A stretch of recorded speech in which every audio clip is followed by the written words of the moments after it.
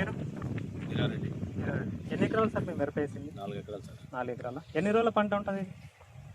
7వ నెల 28వ తారీఖు వేసాం సార్. ఓకే, 70 నుంచి 80 రోజుల మధ్యలో ఉంది. మధ్యలో ఉంటుంది. ఎన్నిసార్లు మందులు కొట్టింటారు దానికి?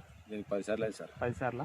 అయితే మీరు మీ చేతిలో ఉన్న డబ్బా స్పెక్టర్ అని చెప్పేసి మందు ఉంది కదా, అది కొట్టి ఎన్ని రోజులు అయింది ఈ పంటకి? ఇది కొట్టి 12 రోజులు 13 రోజులు అయింది సార్. 12-13 రోజులు అయింది. అవును సార్. అంతకుముందు అది కొట్టక ముందు ఎట్లా ఉండేది చేను మీకు? ముదర ఎక్కువ సార్. ముదురు ఉండేది, ఇంకా అదే కొమ్ములు ఇంకా గ్రోత్ ఆగిపోయింది. స్ట్రక్చర్ కొట్టిన తర్వాత గ్రోత్ వచ్చింది, కింద ముట్ట పై ముట్ట పోయింది. కొమ్ములు కూడా బాగా వచ్చినాయి సార్. సైడ్ కొమ్ములు కూడా బాగా వచ్చినాయి. సైడ్ కొమ్ములు బాగా వచ్చినాయి. అయితే స్ప్రే చేసిన తర్వాత మళ్ళీ మీకు ఎన్ని రోజులకు రిజల్ట్ కనిపించింది? ఇది ఒక 4-5 రోజులు కనిపించింది సార్. కనిపించిందా? ఎన్ని రోజుల వరకు నీకు ఇప్పుడు 12 రోజులు ఏంటంటున్నారు కదా, ఇప్పటిదాకా ముడతలాంటి సమస్య ఏమైనా కనిపించింది? కనిపించింది. ఇప్పటి వరకు బాగుంది సార్. బాగుంది. ఇంతవరకు మొక్క గ్రోత్ కానీ సైడ్ బ్రాంచ్ కానీ బాగా వచ్చాయి.